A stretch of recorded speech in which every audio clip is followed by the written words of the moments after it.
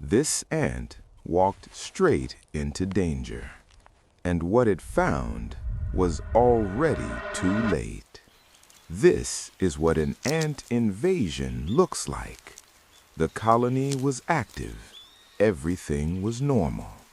Workers moving, signals flowing, order everywhere. Then something changed. A movement, subtle, almost invisible, until it revealed itself.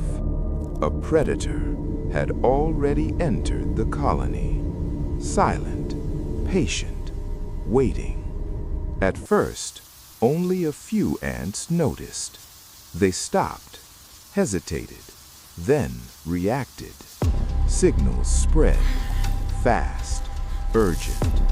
Within seconds, the colony shifted. What was once calm became chaos.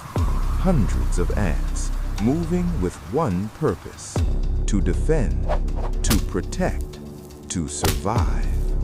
And at the center of it all, one spider, outnumbered but not weak, because this wasn't a normal fight. This was strategy versus instinct, venom versus numbers.